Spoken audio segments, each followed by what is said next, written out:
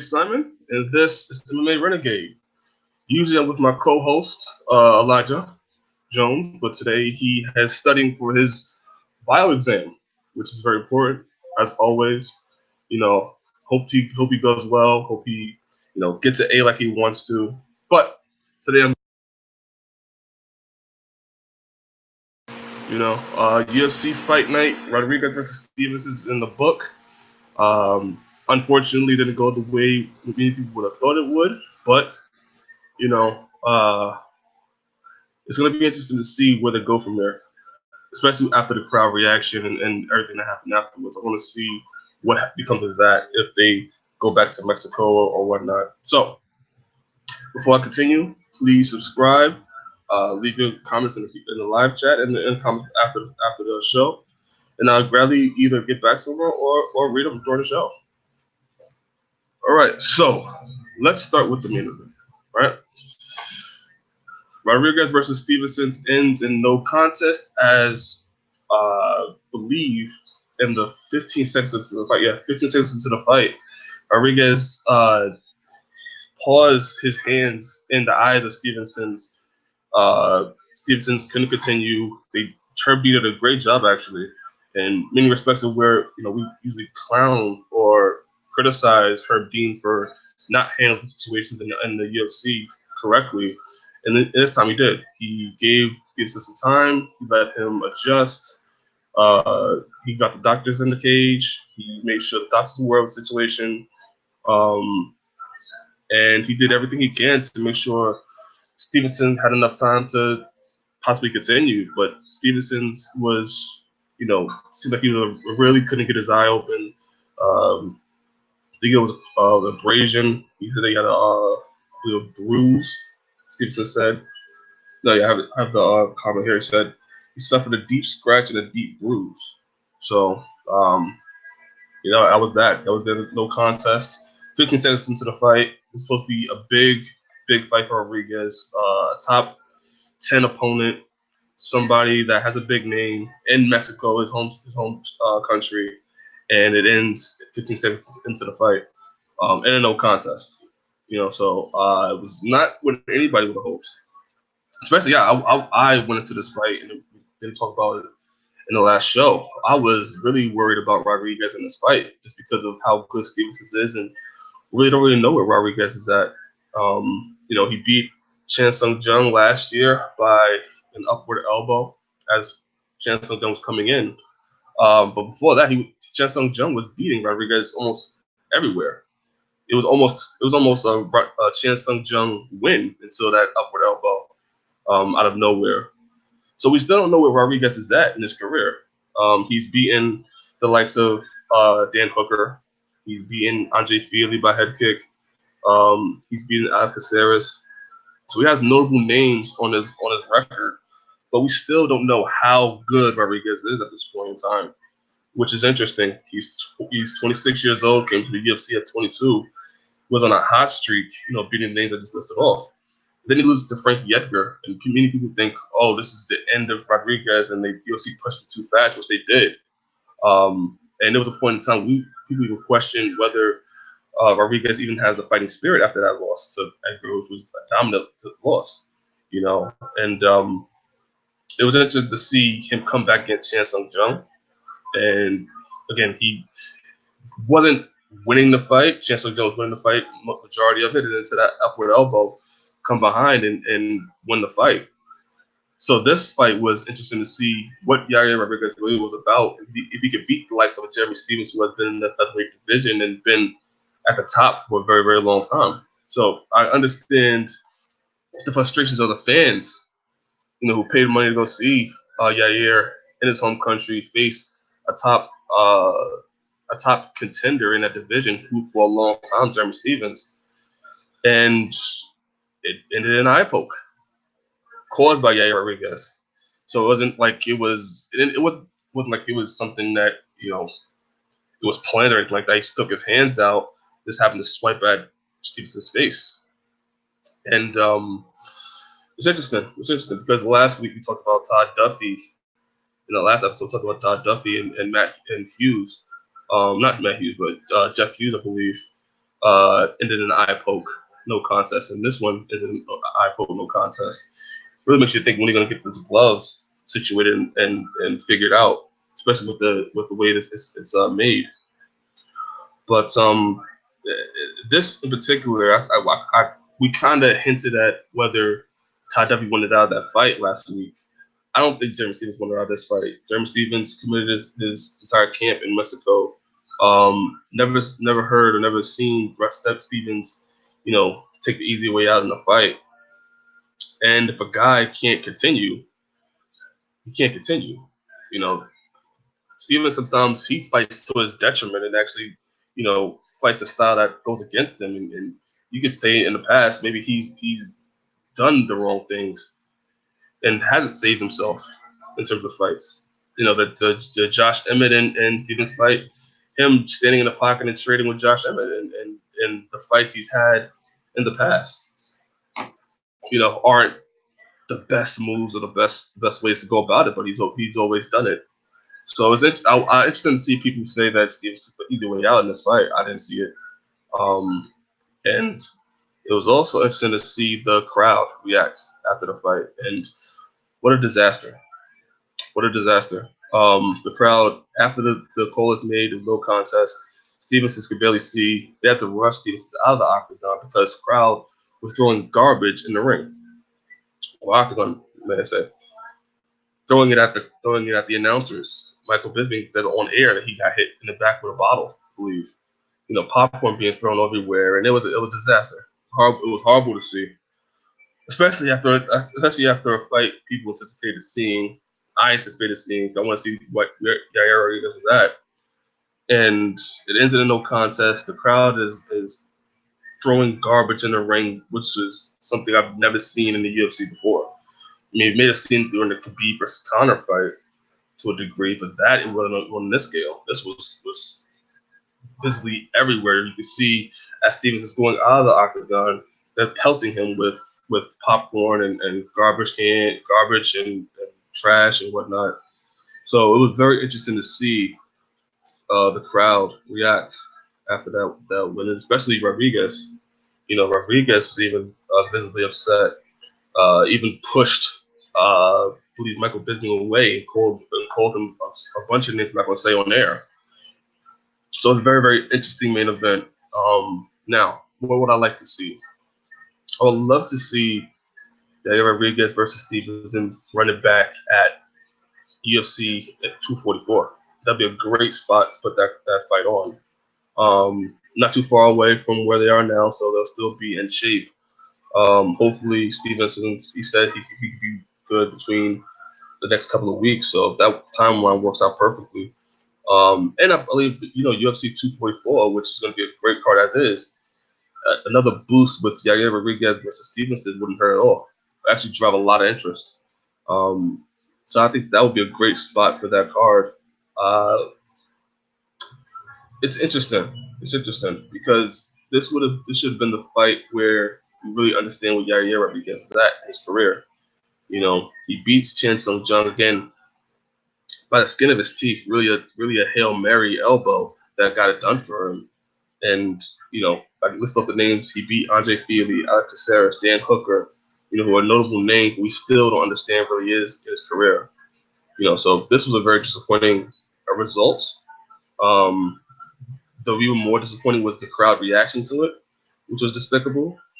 And it makes you think, would the UFC consider going back to Mexico City again after what had happened? It was really disgusting to see, watching it. I can imagine how it was watching it live in real time. So it's interesting. It's going to be interesting to see what becomes of the result of what happened. Obviously, you could rematch Rodriguez versus Jeremy Stevens. And I would love to see it in MSG. It'd be a great spot to put that fight on. And to the UFC's credit, they were trying to build up Rodriguez, and they had him headline his home country. Didn't work out, but MSG is the second best place at this point. In MSG, all the odds are going to be on UFC 244, Nate Diaz versus Masvidal. So that would be a perfect spot to put Rodriguez in and have him fight on that main card as well.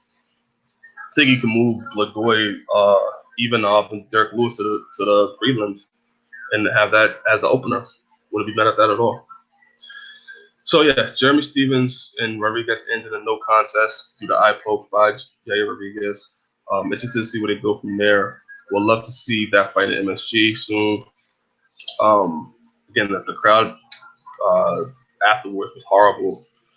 Even in the next fight, going past this fight, going to Carla Esparza beating Alexa Grasso, majority decision 29-28, 29-28, 28-28. They booed Carla Esparza after, surviving the third round. She's pretty much doing her job and handling Alexa Grasso for round 1 and 2. And in the third round, she gets clipped with a right hand, I believe, and it really changed the fight afterwards. But let's read off the total strikes round per round, like I usually do. As far as the first round goes 18 of 36, Alexa Grasso 17 of 41. As far as the second round, 13 of 18, Alexa Grasso 6 of 20. In the third round, to which I believe Carla Esparza did lose, was 13 of 26, 22 of 42. So Alexa Grasso pretty clearly outstruck Esparza in that round. What can I say about this? Carla Esparza was the clear winner. I believe she won round 1 and 2. I believe she did so. Round 1, she it was close. Round 2, I thought she clearly won that one. Sorry. And first round, her striking looks good. We used to talk about, me and Light used to talk about how Carla Esparza, what she's missing is her striking. Her striking is not on par with other strawweights. And as you've seen from fight to fight to fight to fight, she continues to improve and get better. In the first round, she handled herself pretty well against Alexa Grasso to taking her down, which she took her down with ease. But she was able to stand with her a little bit and get Alexa Grasso guessing what she was going to do, and then eventually shot for a takedown and got it easily. She was sticking and moving. She wasn't standing in one place. She was constantly moving her jabs. So it was great to see. It was great to see Carla Esparza improve that round of her game. I can remember her fighting Joanna Jędrzejczyk and how much of a mismatch striking wise that is. Is it still the case? Possibly, but you see Carla Esparza continue to get better at striking, which is great to see. So she ends up 2 takedowns in the first, 2 takedowns in the second, and then she went 0 for 4 in the third. So obviously, Alexa Grasso, after that right hand in the third round, really wobbled Carla Esparza. It was interesting to see Alexa Grasso not go for the kill. She let Carla Esparza get her bearings, get her recover a little bit, and after that it was Carla Esparza surviving. Before that, she hurt Carla Esparza. Carla Esparza was wobbly. She was visibly hurt. But Alexa Grasso, I guess, was an error on her part or a coaching part, maybe not acknowledging it, but lets Carla Esparza go, and Carla Esparza was able to regain herself a little bit, and Carla Esparza goes for a takedown, gets stuffed, ends up in a scramble. Alexa Grasso ends up in an armbar on Carla Esparza. Carla Esparza is surviving, is in tight. Carla Esparza able to escape out of it when let anybody else would have submitted to it. This is very impressive to see. So Carla Esparza beats Alexa Grasso 29-28, 29-28, 28-28. It's interesting, right? Because Carla Esparza is somebody that doesn't really get mentioned when we talk about, the top in the strawweight division. She has some tough fights. She had a tough going. I believe it was my notes here.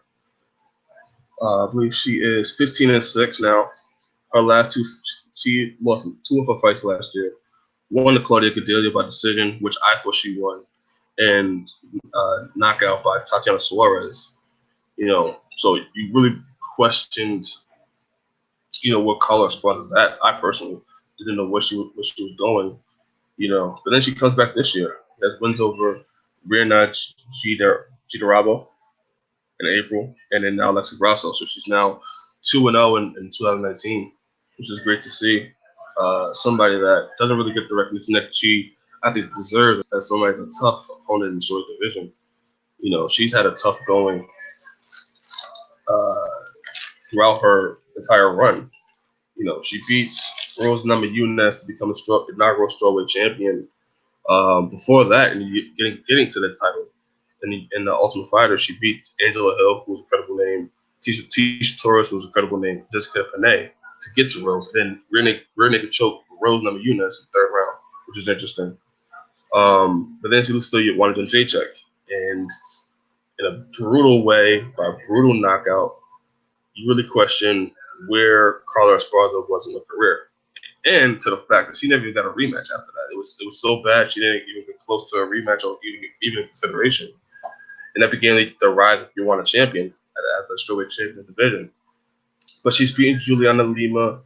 She's lost to Ronda Marco. She's beat Mariana Moreau. She beat Cynthia Calvillo. Before coming to the UFC, and the fact that she beat Beck Rollins, she beat Nina Ansaroff, she beat Felice Herring, which are all credible names, but you don't really hear Carla Esparza's name considered in terms of who the top contenders are in the strawweight division. I think this opens people's eyes about how tough she is and how game she is. She's not one of those fighters that came in an era where it was trying to start the strawweight division, trying to figure things out. And she just became champion. She's actually showing that she's here for the long haul, that she could beat a lot of these credible names. She lost to Tatiana Suarez, who's going to be a future number one contender for that belt. So I would love to see her again in that top five. Fight against somebody in the top five. Maybe if Rose comes back, I would love to see that run back. I'd love to see Rose versus Carla Esparza, especially if Rose going to get that loss off her record and see if Carla Esparza can redo what she did before and remind people that she's still the best in that division, which is interesting. It's interesting that Rose Namajunas eventually became a champion, and Carla Esparza since then hasn't looked the same or haven't viewed the same at all.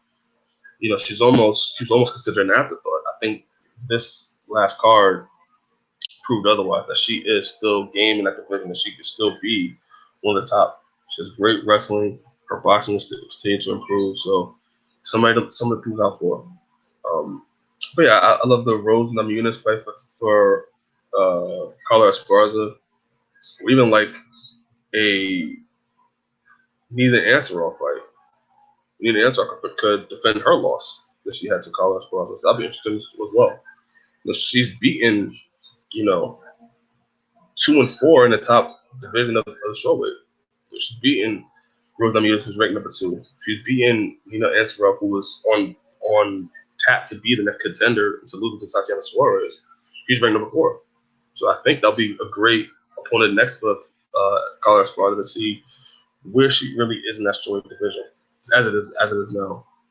So great win by Carla Esparza. She showed a toughness. She showed she was able to weather a storm that Alexa Grasso was bringing.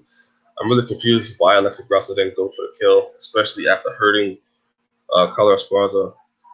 But again, to the toughness of Carla Esparza, she was able to weather the storm and beat Alexa Grasso by this majority decision. So that was really good. The crowd didn't like it at all. It's somewhat understandable because Alexa Grasso is the hometown favorite. But still, at the same time, it was a continuation going from Alexa Grasso and Carla Esparza fight into the main event. You can see the crowd turn a little bit. As for Alexa Grasso, she's now 2-2 in the last 4 fights. She lost to Carla Esparza, beat Carolina Kowalkiewicz. She lost to Tatiana Suarez by rear naked choke, and has beaten Claudia Gadelha as well, I believe. No, she had to beat Claudia Gadelha. What next for Alexa Grasso? She's 26 years old. She's still young. Carla Esparza is 31 years old. So Alexa Grasso still has time on her career. 2-2 in her last 4. I would love to see her fight either Marina Rodriguez, which would be a good fight, or Claudia Gadelha. I think Claudia Gadelha is not for anybody right now. So I think it'd be a great fight for Alexa Grasso to get back into that contender top 5 contender spot, all close to it. You know what I said. So that was interesting to see. Sorry about that. Moving on, Askarov versus Brendan Moreno. So I believe the Carlos Espada versus Lexa Grasso was the fight of the night. I thought this was should have been fight of the night. It was a great fight back and forth. Great showing for the flyweight division. Brandon Moreno comes back in the UFC after being released when it was about to get rid of the flyweight division. It does a great job showing why he should not have been let go and showing why the flyweight division is interesting. You know, he beats. Well, here's the thing. So I had Brandon Moreno beating Askarov in this fight. I thought he won round 2 and 3. Clearly, round 3. I thought he edged him out in round 2, and I thought Askarov won round 1 by the takedowns he landed. But I thought Moreno clearly won round 2 and 3. And it was interesting. It ended in a draw. So Askarov remains undefeated. Brendan Moreno is still 15-5. It was interesting. Really good to see how good Brendan Moreno is. His striking better than it did before last time I seen him in the UFC. A lot better, may I say. It was interesting because I would have thought going into this fight that Brendan Moreno would have wanted it on the ground, with Askarov being with his great jiu-jitsu. But no, it was actually Askarov was wanted to taking Brendan Moreno to the ground, and Moreno was getting back up, or he was sweeping Askarov and able to land using his ground and pound, which is interesting. I have the notes here going round by round. You know, Askarov took Brandon Moreno back early, and he clinched and took him down. And Brandon Moreno was able to sweep and able to get up and able to land some ground and pound on Askarov, which is interesting. You know, on the feet constantly, Brandon Moreno was touching up Askarov, and it really showed the improvement of Brandon Moreno's striking since the last time I seen him against Sergio Pettis back in the day, back in Mexico, which is interesting. He was throwing jabs to the body, jabs going over the top with right hands, setting up beautifully with the uppercuts. He was doing everything great striking wise, and even when he got to the ground, he was able to reverse position and then get on top of Brandon Moreno of Askarov constantly. And in the second round, he hurt Askarov with a head kick, which is interesting. I thought that sealed round 2 for him, and I thought he clearly won round 3. So I was confused why it was a draw to begin with. But nonetheless, it ends in a draw. Askarov remains undefeated. I would love to see them run this back again, especially with how entertaining it was. It was a great showing for the flyweights in a year where we thought the flyweight division would be gone. This time this year we thought flyweights can be gone. Mighty Mouse is clearly is not in the UFC anymore, so they're going to move on from it. Kieran Cejudo shows up, saved the division, beat TJ Dillashaw, and now you get these interesting fights like Askarov versus Moreno, which I would love to see them running back. I think this deserves to be run back. I think there needs to be a clear winner. And I think people will appreciate it. People are really interested in the flyweight division, and this fight is the type of fight to bring people back into saying this is a good division. This is a division that needs to stay around and make people forget that this is once a division that was not to be gone, which is very interesting. Moreno had 37 significant strikes more than Askarov. He had more control on the ground, but yet it ended in a draw. I wanted the takedowns, just the takedowns alone, won Askarov the fight over Moreno, even though Moreno had more control on the ground, first position, and had more significant strikes, off his back and on top of Askarov when he got on him. So it was interesting. But, Moreno and Askarov in his draw. It's a great fight to run back. And again, it showcased the flyweight division as well. Right, moving on. Irene Aldana beats Vanessa Mello. Pretty much a clear victory. Arena Aldana striking pretty damn good against Melo. Melo really trying to move forward and try to make something happen. Arena Aldana was able to stick and move. She was going upstairs, she's going downstairs, she's going left, she's going left hooks to the body, she's doing jazz, constantly moving on a bicycle. She looked really, really good. And it makes you think about Arena Aldana place in the bantamweight division. You know, currently she is ranked number 10. You know, she's lost to Raquel Pennington earlier this year. But she's still really good, and she's still showing improvement. And the striking is so damn good that she's going to be somebody you want to watch. You know, great showing for Arena Aldana, winning 30-26, 30-26, 30-26 across the board. Here's the division as it stands right now. It's interesting because Amanda Nunes is the featherweight champion as well, on top of being a bantamweight division champion. And you still don't know where that's going. You know, whether she's going to defend the featherweight division against somebody else, whether they're going to abolish that division, whether she's going to fully focus on that bantamweight division, and if she retires. You know, she talked about retiring at one point in time. You know, she's going to face Germaine Durandame later this year. So, Germaine Durandame is number 1, Keila Vieira is number 2, Holly Holm is number 3, Juliana Pena is number 4, Aspinall number 5, Raquel Pennington, who she lost to, Rhea Dada, that is number 6, Yana Kunitskaya, number 7, 8, Marion Renew, 9, second man, and then 10, Arena Aldana. I think the next move for Arena Aldana should probably be Yana Kunitskaya, or if Aspen Ladd is ready, Aspen Ladd.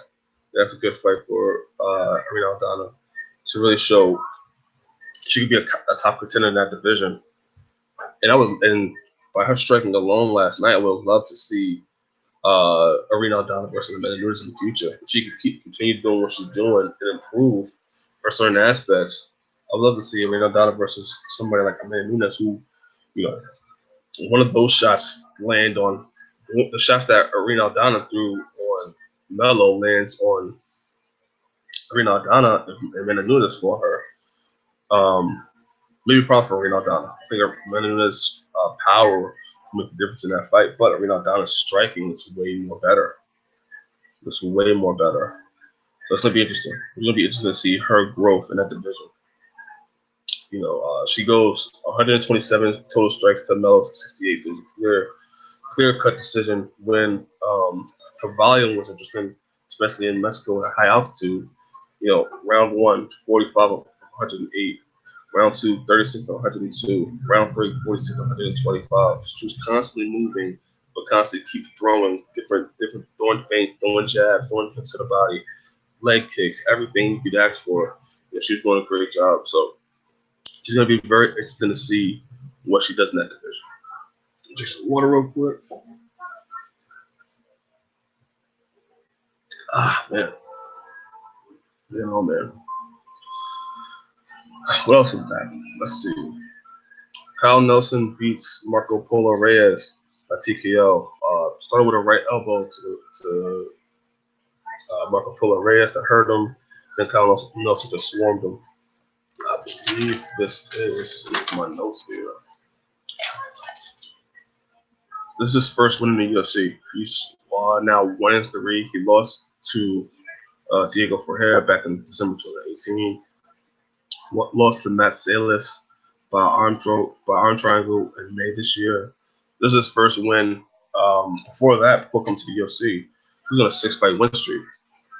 You know, so now he's 13-3. Big win. He looked good. Angela Hill beat Ariane Carnelossi by TKO, and Angela Hill looked good yesterday. Striking looked pretty good, better than I've seen before. You know, and now it's walking forward for most of the time, and Hill was able to keep tagging her and popping her, making her pay for coming forward. And then the finish came with elbows constantly throughout the entire fight. Angela Hill would constantly throw elbows and hurt Ariane. And one of those strikes in the third round, her elbow landed and cut her above the left eye, and the doctor stopped the fight. So it was Angela Hill's first stoppage in the UFC. She also has an interesting story in the story division. Hasn't had the best run there is. She has all the marketability. You can see she's entertaining, she's funny, but she has yet to really hit her stride in the UFC. Maybe that's what will do it. I think she's 2-4 in 2019. She lost to Ronda Marcos in March, lost to Judy Escobar in April, lost to uh, Joanne Yan in June. So she had a rough go in the UFC. She lost to Nina Ansaroff, lost to Courtney Casey. Uh, Last year, she beat Marina Moroz. She beat Ashley Yoder. She beat Jessica Andrade. She lost to Jessica Andrade. So she always had this up and down career, especially in the UFC. So you want to see whether she can continue to make that next level. And at one point, she was in the top 10. I believe she's in the top 10 now. So I'm interested to see where Angela Hill goes from here. Very marketable, I think. She's funny, has a great personality. I think she has that likability to her. It's just, can she make that next level? Can she make the next level? I believe I skipped the card. I skipped the fight as well. Let me see. Go back to my notes. I forget this. Steven Peterson beats Bravo. Bravo looked good early on. He landed a bunch on Peterson. Peterson took a bunch of shots he shouldn't have really taken. Really, Bravo was setting up for a takedown in the second. Couldn't get him, and then Bravo goes for a spinning back fist, and then Peterson goes for his own spinning back fist. Bravo misses. Peterson lands. And that's the end of the fight. Kick KO. Peterson's now 18-9, so he's hit the 500 mark. So it's interesting to see where he goes from there. He's 2-5 in the UFC. He lost to Alex Caceres in July. Lost to Luis Pena in March. He beat Brendan Davis. He lost to Matt Pacetti. So this is he showed he could be an entertaining fighter. I want to see more from him, especially after this knockout. People want to see more from him after this knockout. I think the UFC has a position to feature him and other cards as well. And if he can find the right matchup, maybe he can make a run. So that's that. I thought the spinning back from tonight was getting tagged up from round 1 and half of 2. Then that spinning back fist came in and gave it to land, and Bravo wasn't. So that was that. Skipping around the card. What else did we see? Paul Craig beating Vinicius Castro, which is a very interesting to see. Paul Craig fired up throughout the lead up to the fight, fired up before the fight, and he shoot very focused. He looked really good. His striking looked good. His stand-up looked good for the most part. He just tried to take him down, pulled guard at one point. I believe he relied on his grappling jiu-jitsu to get it done. This is actually Craig was able actually to get back on his feet and scramble, need Castro, which hurt him, and then able to get the rear naked choke. So just to see Paul Craig with this win, it's good showing for Paul Craig. Good showing for Paul Craig. Let's see, moving down the rest of the card. Vescoer beats Sijara Eubanks. Unanimous decision. Eubanks looked really good early on, and Correa just came back in the second and third. I thought Eubanks and Benwick looked really good. I thought her striking looked good early on. She was touching up Vescoer, majority of it. So in the first round, she went 48 of 76 against Correa's 15 of 28. And then as round 2 and round 3 move forward, Correa started to rally back. It was more of Correa winning this fight than Eubanks losing this fight. I thought Correa did a great job moving forward. You kind of see Eubanks get tired around the second, and more so in the third, and Correa's able to take over. Correa went 20. Eubanks went 21 of 45. Correa went 34 on 49 in the second. And in the third round, Eubanks went 25 to 63, and then Correa went 28 to 39. So as you can see by the stats, Correa rallied back in the second and third. She was able to land on Eubanks, and there's more in the second, and then a little bit more in the third. And was able to get Correa's win. So nice to see Correa, who we haven't really heard from really since the the Holly Holm. The Holly Holm loss was the last time we really heard from Best Correa, really. And to see her now coming back, she's still ranked in that top 15. She's ranked number 15 actually. So maybe she moves on to what is it? Because Nico Montana is there, so I would love to see actually Best Correa versus Nico Montano, or she could fight Nina Landsberg. That'd be a great fight as well. I want to see what Best Correa can still do in that division.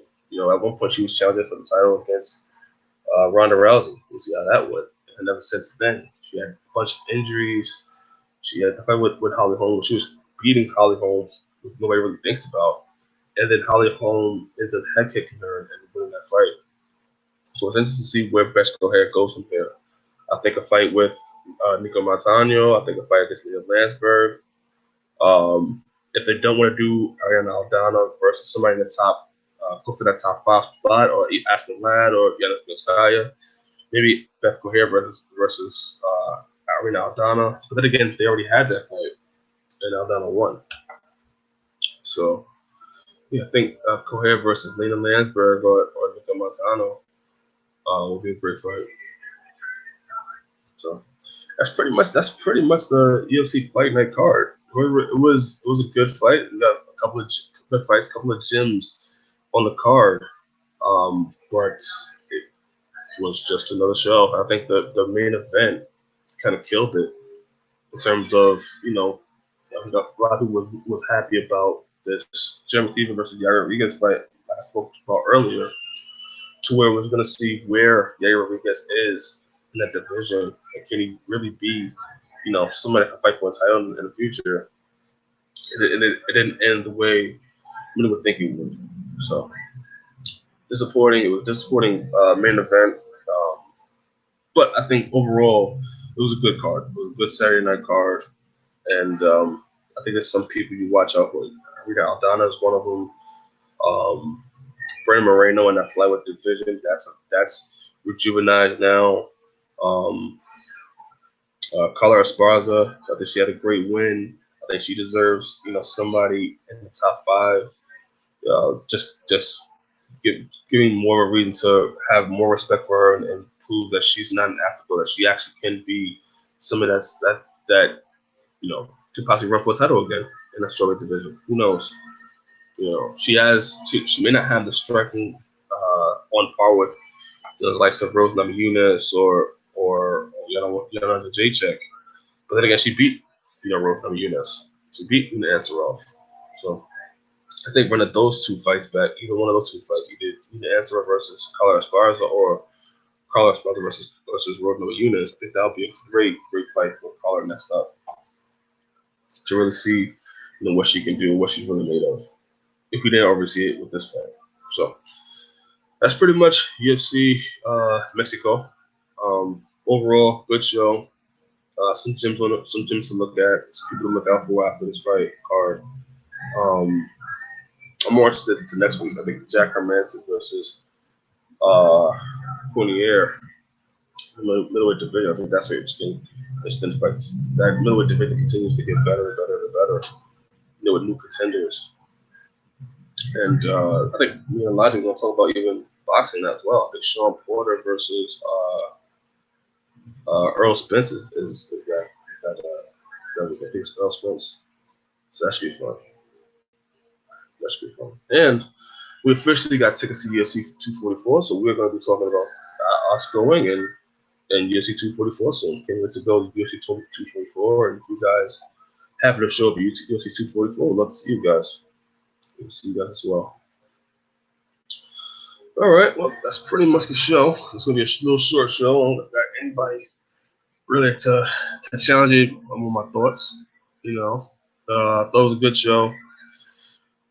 Disappointing main event. Disappointed crowd reaction to the main event. But overall, there's some gems on there. And can't wait to come back here next Sunday, hopefully at 4 o'clock, to discuss the UFC fight card that day, that weekend, and to hear from boy Elijah. I hope that he does well in his bio exam and that he gets that A approved of. I would love to hear his thoughts on UFC 244 and going back to Max Garden.